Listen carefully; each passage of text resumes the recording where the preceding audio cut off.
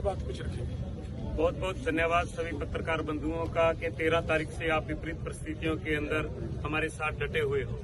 कुछ बातें हैं जो प्रेस कॉन्फ्रेंस के दौरान रह जाती हैं। मैं आपको एक बात स्पष्ट कर देना चाहता हूं कि इस देश के प्रधानमंत्री जब गुजरात के मुख्यमंत्री थे तो 2012 के अंदर खुद उन्होंने देश के किसानों के लिए MSP C2+50 की बात की डिमांड की थी और उसी बात को लेकर हम आगे बढ़ते रहे। हमें भी उम्मीद थी कि 10 साल में वो फिर से MSP C2+50 की बात करेंगे और किसानों को उनका हक दिलवाएंगे।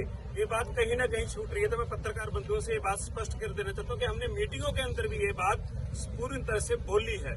अब मैं आपको हरियाणा की परिस्थितियों से अवगत कराना चाहता हूँ कि आपने देखा है कि हरियाणा के अंदर पूरे BSF CRPF लगाने के बाद, नोटिस निकालने के बाद और घरों पर छापे मारने के बाद पूरा हरियाणा के अंदर अब लहर उठ चुकी है।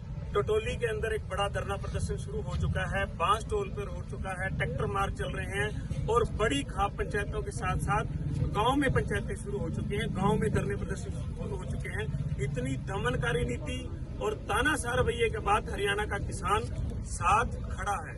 मगर सरकार ने, आपकी जानकारी के लिए मैं एक बता देता हूं कि जैसे हमें CRAD के बाद जो उन्होंने वो डिवाइस लगाया था, उसके बाद हमें पता चला है कि दूसरी तरफ उन्होंने पुराने जले हुए ट्रक, गाड़ियां भी खड़ी की हुई हैं और वहां से मीडिया की कहीं आवाज नहीं पहुंच रही है। तो सरकार को हम अवगत करा देना चाहते हैं और देश के किसानों को अवगत करा देना चाहते हैं कि आपके हकों की लड़ाई है और इसके लिए पूरे देश का किसान निकल रहा है सड़कों पर।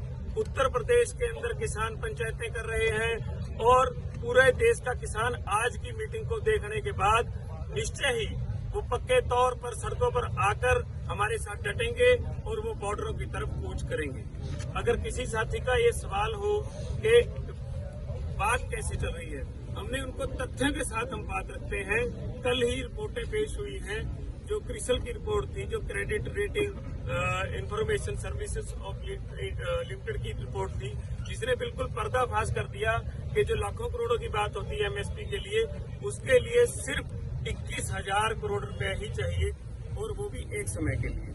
उन्होंने बिल्कुल स्पष्ट कर दिया है।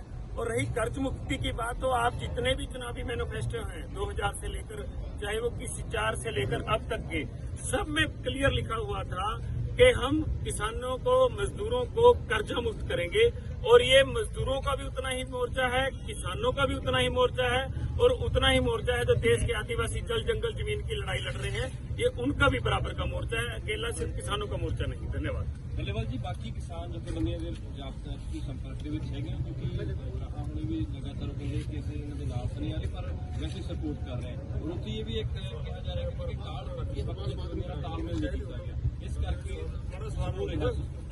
सवाल पूरा